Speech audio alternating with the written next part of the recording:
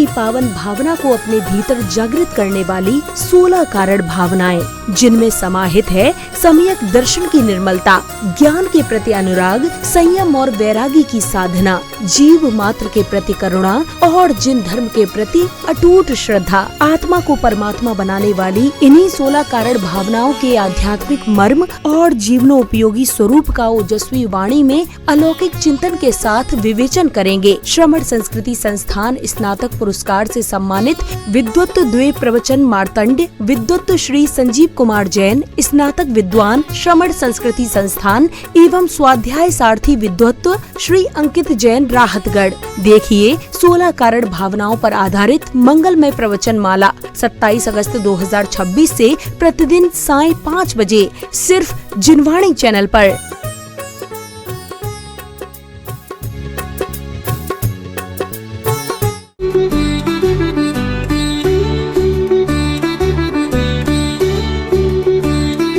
नमः श्रीवर्धमानाय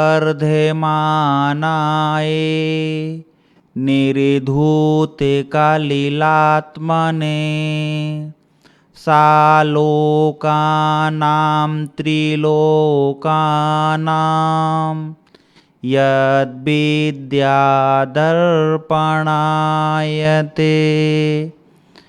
बोलिए महान अतिशयकारी सर्वस्वदाता रिद्धि सिद्धि संपन्न चिंतामणि पारसनाथ भगवान की जय। कलिकाल सर्वज्ञ न्याय सिद्धांत के महान ज्ञाता आचार्य श्री समंत देव महाराज जी की जय। आचार्य श्रेष्ठ आचार्य गुरुदेव विद्यासागर जी महाराज की जय। महान अतिशयकारी निर्यापक महाश्रमण मुनि पुंगव श्री सुधा सागर जी गुरु महाराज जी की जय।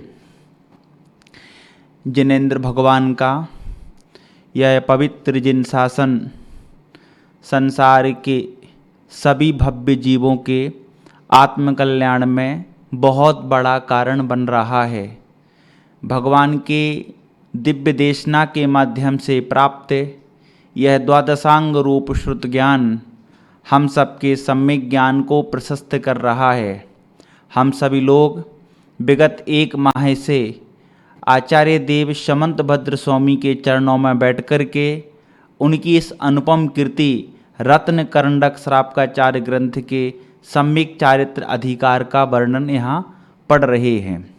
हम सभी लोगों ने 5 पापों के त्याग से आत्मा में व्रत प्रकट होते हैं इस सत्य की पहचान की।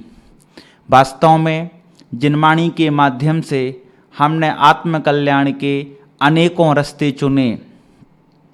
जब आत्मा में यह जीव अपने परिणामों से हिंसा, झूठ, चोरी, कुशील और परिग्रह इन 5 पापों का त्याग कर देता है, तब आत्मा में व्रत प्रकट होते हैं।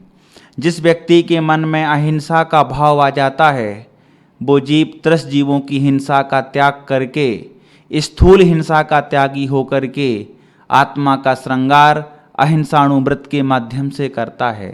वो संसार के किसी भी जीव को पीड़ा नहीं देता है, किसी भी जीव को पीड़ित कर दूसरों से पीड़ित नहीं करवाता है।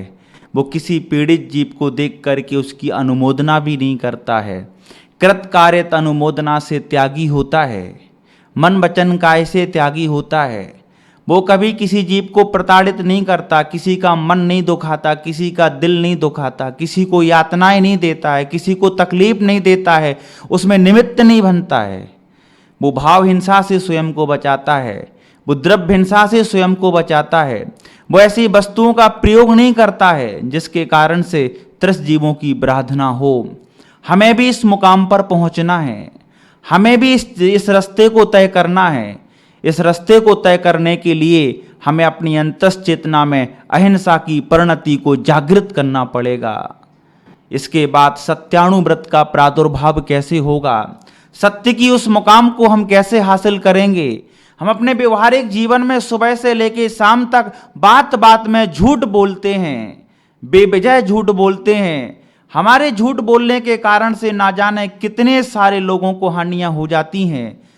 तरस जाएंगे जीवन में, लेकिन सत्य धर्म आत्मा में प्रकट नहीं होगा।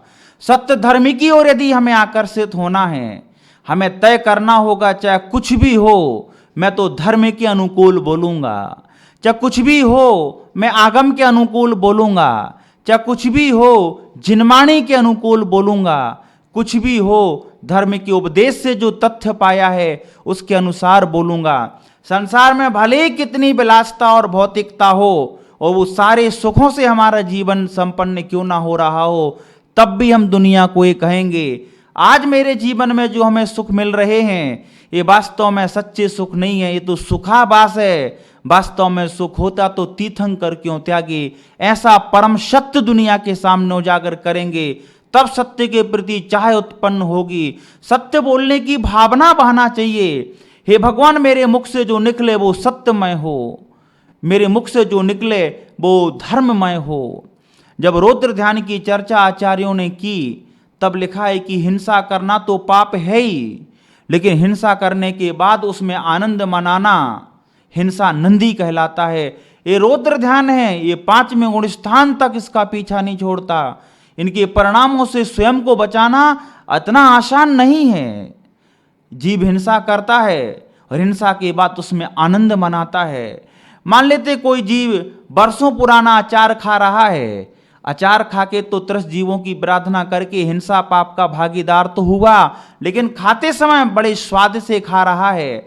अपने साथियों को बता रहा है देखो कितना स्वादिष्ट है, आम का अचार है, 2 साल पुराना है, जितना पुराना होता है उतना स्वाद बढ़ जाता है। ये वचन आगम के अनुकूल तो नहीं है, ये वचन धर्म के अनुकूल तो नहीं है।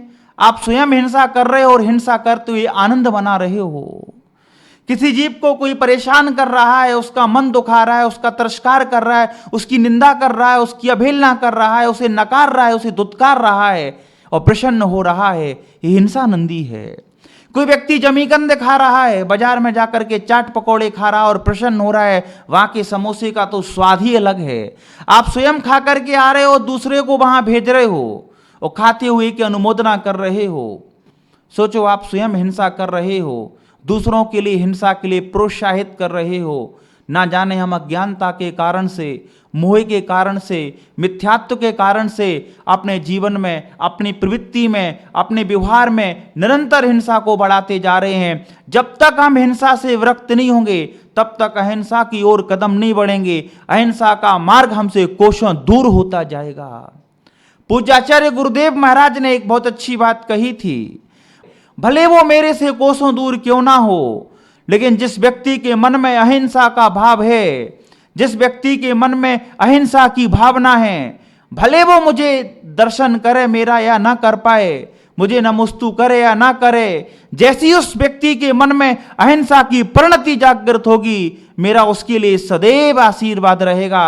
सोचो, जिन गुरु महाराज के दर्शन करने के लिए हम तरसते थे, जिन गुरु महाराज की परम वीतराग मुद्रा को देखने के लिए मन लालायित रहता था, जिन गुरु की दृष्टि हमारे ऊपर उठ जाए तो लगता था हमारा जीवन सफल ही नहीं सार्थक हो गया हो, ऐसा लगता था जैसे हमारे नेत्र पवित्र हो गए हों। ऐसे पूज्य आचार्य विद्यासागर जी महाराज का वचन है कि जिसके मन में अहिंसा का भाव है वो कहीं भी रहे, उसके लिए सदैव मेरा आशीर्वाद रहेगा, क्योंकि महावीर की मूल भावना का नाम अहिंसा है। स्वयं के जीने का भाव आ जाए, स्वयं की रक्षा का परिणाम आ जाए और पर के जीवों की रक्षा का परिणाम आ जाए, इससे अहिंसा की भावनाएं उद्धृत होती हैं, इससे अहिंसा का भाव सृजित होता है आत्मा में, इससे परिणामों में अहिंसा आती है, इससे परिणति में अहिंसा आती है। जब जीव निरंतर हिंसा से स्वयं को बचाता है और अहिंसा की भावनाएं जागृत करता है, अहिंसा के उपक्रमों से स्वयं को जोड़ता है, तब जाकर के व्यक्ति की अहिंसाणु व्रत की पवित्र भावनाएं एक दिन अहिंसाणु व्रत से उसके जीवन का श्रृंगार कर देती हैं। उसी प्रकार हमें सत्य के बारे में भी समझना चाहिए। अचौरे के बारे में हम किसी से कोई वस्तु जबरदस्ती नहीं लेंगे। भले सामने वाला हमें मजबूरी में दे रहा है, मन मार के दे रहा है, लेकिन उसकी इच्छा के बिना ले रहे हैं, जबरदस्ती ले रहे हैं, तो भी चोरी का पाप है। यदि हम कहीं सर्विस करते हैं और हमें अच्छा वेतन मिलता है और हम काम करने में बदमाशी करते हैं, काम करने से बचते हैं, काम चोरी करते हैं, तो भी चोरी का पाप है। और कोई मालिक अपने नौकर से अधिक काम ले रहा है लेकिन वेतन कम दे रहा है, तो उसे भी चोरी का पाप है। अपने मन के दूषित विचारों को बचा करके हम आत्मा में ब्रह्मचर्य धर्म प्रकट कर सकते हैं। हम नारी जाति के प्रति सम्मान आदर और का भाव अपनी आत्मा में प्रकट करके दृष्टि की पवित्रता प्रकट करके ब्रह्मचर्यानुव्रत की ओर कदम बढ़ा सकते हैं। हम वस्तुओं में संतुष्टि का परिणाम रख के, संतोष धर्म रख के, जो प्राप्त है सो पर्याप्त है, इस भावना से स्वयं को भर करके पर वस्तुओं के प्रति जो निर्ममत्व परिणति है, ऐसा परिणाम आत्मा में जागृत करके हम अपने आप को इन 5 अणुव्रतों से अपने जीवन का श्रृंगार कर सकते हैं। मानव जीवन की सार्थकता इसी में है कि 5 अणुव्रत मेरी आत्मा की पर्याय बने। एक बार मैं संबेशकर दर्शन करने के लिए गया। मैंने देखा कि एक व्यक्ति 2 महीने के लिए कमरे की बुकिंग कर रहा था। मैंने पूछा, आप 2 महीने संबेशकर में रहेंगे? कोई रुके तो 1 बंद ना करे, 2 बंद ना करे, 3 बंद ना करे, 7 दिन रुक जाए, 8 दिन रुक जाए। इनको तो 2 महीने और यदि अच्छा लगा तो 4 महीने तक। मैंने पूछा, क्या बात है, घर में झगड़ा करके आए हो क्या? बोले, नहीं भैया जी, अब मैं रिटायरमेंट हो गया है मेरा, हमने अपना सब काम धंधा बच्चों को सौंप दिया है। हम चाहते कि सम्मिश्र में इतने सारे दिगंबर साधु चातुर्मास करते हैं, हम उनके सानिध्य में रहेंगे, उनसे स्वाध्याय करेंगे, उनको बढ़िया आहार देंगे चौके लगा करके। जब जब भी शरीर की अनुकूलता रहेगी तो पहाड़ की वंदना कर लेंगे। अब तो हमें अपना पूरा जीवन धर्म के साथ निकालना है। हम प्रारंभ के 2 वर्षों में अणुव्रतों का अभ्यास करेंगे। जब हमें लगेगा कि हमारी परिपक्वता बन रही है, हमारी परिणति प्रशस्त हो रही है, तब अणुव्रतों का संकल्प कर लेंगे। उनकी बात को सुन करके आत्मा में ऐसी निर्मल परिणति जागृत हुई। क्षमा सागर जी महाराज जी की उन पंक्तियों को मैं दोहरा रहा हूं। कसाय को घटाने की श्रद्धा का नाम सम्यक दर्शन है, कसाय को घटाने के ज्ञान का नाम सम्यक ज्ञान है, कसायों को घटाने के चारित्र का नाम सम्यक चारित्र है। जब 5 पापों से के त्याग का परिणाम आत्मा में जागृत होता है, वहां धर्म प्रकट होता है। धर्म है क्या? आप सभी लोग रोज मंदिर जाते हैं, रोज पूजन करते हैं, रोज स्वाध्याय करते हैं। मैं आप सभी लोगों से पूछना चाहता हूं, धर्म है क्या? धर्म की क्रियाएं तो हम अनेकों कर रहे हैं, लेकिन धर्म के मूल स्वभाव को समझना बहुत जरूरी है। जहां मूल धर्म के मूल स्वभाव को हम समझ लेते हैं, वह हम निश्चित रूप से सच्चे अर्थों में सम्यक ज्ञानी बन जाते हैं। आज मैं आपको बता रहा हूं, पाप से बचने का नाम धर्म है। पाप से बचने का नाम धर्म है।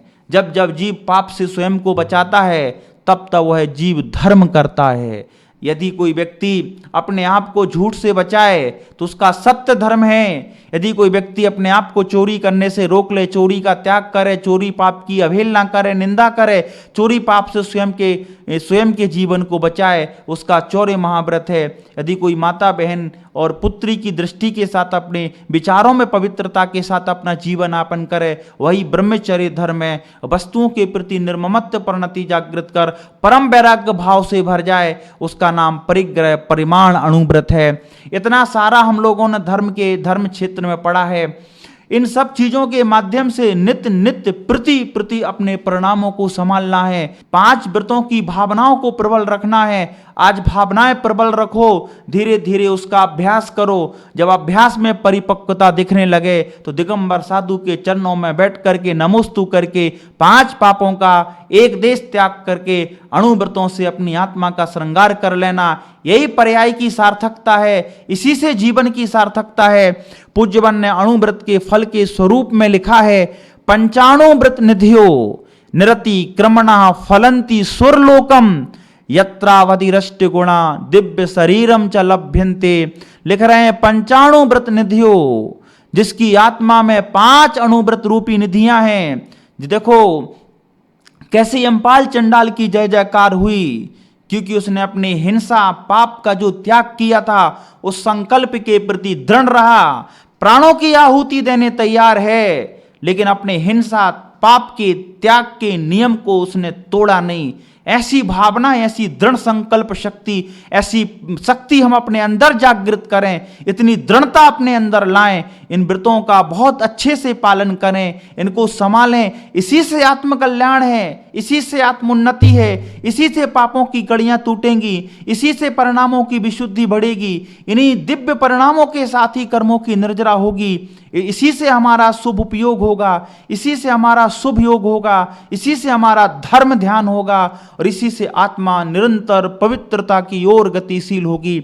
इस प्रकार का जो व्यक्ति चिंतन करता है, देखो 5 अणुव्रतों का क्या प्रतिफल है। जब 84 लाख योनियों के बारे में पढ़ते हैं, पंच परावर्तन के बारे में पढ़ते हैं, रूह कांप जाती है कि संसार में ऐसे भी दुख होते हैं। अरे मनुष्य गति को तो आप साक्षात अनुभव कर रहे हैं। आप स्वयं के जीवन का अनुशीलन करें, स्वयं के जीवन का विश्लेषण करें। कितना तनाव है, कितनी परेशानियां हैं, कितना टेंशन है, कितना दबाव है, कितनी जिम्मेदारियां हैं, कितना परेशान है हम अपने मनुष्य जीवन में। सारी सुख के साथ संसाधन उपलब्ध होने के बाद भी इतनी सारी परेशानियां हैं। सोचो अन्य पर्यायों में क्या होता होगा, कितनी पीड़ा होती होगी। इसलिए 5 अणुव्रतों का क्या प्रतिफल है। जब किसी सत्कार्य के प्रतिफल को हम जान लेते हैं तो उस कार्य के प्रति हमारी अंतश्चेतना में अभिरुचि जागृत हो जाती है। देखे पंचाणुव्रत निधि, इन 5 अणुव्रत रूपी निधियां जिसकी आत्मा में हैं, वो भी कैसी नृतिक्रमा। उन 5 अणुव्रतों में कोई दोष नहीं, कोई गलती नहीं, दृढ़ता से पालन, आगम के अनुसार पालन। बहिरंग क्रियाओं का तो सख्ती से पालन हो रहा है, परिणामों से भी पालन। शुद्ध भोजन करके अहिंसा धर्म तो पाल रहे हैं, लेकिन परिणामों में भी अहिंसा है। किसी को मारने का भाव नहीं है, किसी को मरवाने का भाव नहीं है, किसी मरते हुए की अनुमोदना करने का भाव नहीं है, ना मन में, ना वचन में, ना काय में। हम सभी लोगों को अपने जीवन में व्रतों को तो अंगीकार करना ही करना है, परंतु हर वृत्ति को, हर सम्यक दृष्टि जीव को, हर सम्यक ज्ञानी जीव को अपनी भावनाओं पर ध्यान देना है। मेरी भावनाएं कैसी हैं, मेरे मन के विचार कैसे हैं, मेरा दृष्टिकोण कैसा है, क्या वृत्ति बनने के बाद मेरे जीवन में वैराग्य की परिणति है, क्या संसार और संसार की वस्तु और संसार के व्यक्तियों के प्रति मेरे मन में राग का भाव तो नहीं है, क्या द्वेष का भाव नहीं है, क्या मेरे अंदर आसक्ति तो नहीं पनप रही है। यदि आसक्ति बढ़ रही है, द्वेष बढ़ रहा है, राग बढ़ रहा है, समझ लो जो 5 अणुव्रत रूपी निधियां हमने आत्मा में प्रकट की थी वो धीरे धीरे धीरे धीरे समाप्त होती जाएंगी। उसमें घोर अतिचार लगते जाएंगे जो हमारे व्रतों को भंग कर देंगे। इसलिए राग, द्वेष और मोह की परिणति से स्वयं को बचा करके स्वयं को वैराग्य की कसौटी पर खरा उतारना है। वैराग्य तो हमारे रोम रोम से पुलकित होना चाहिए। वैराग्यमयी बातें करो, वैराग्यमयी विचार अभिव्यक्त करो, वैराग्यमयी चर्चाएं अपने माध्यम से करो, वैराग्यमय चिंतन को अपने जीवन में रखो।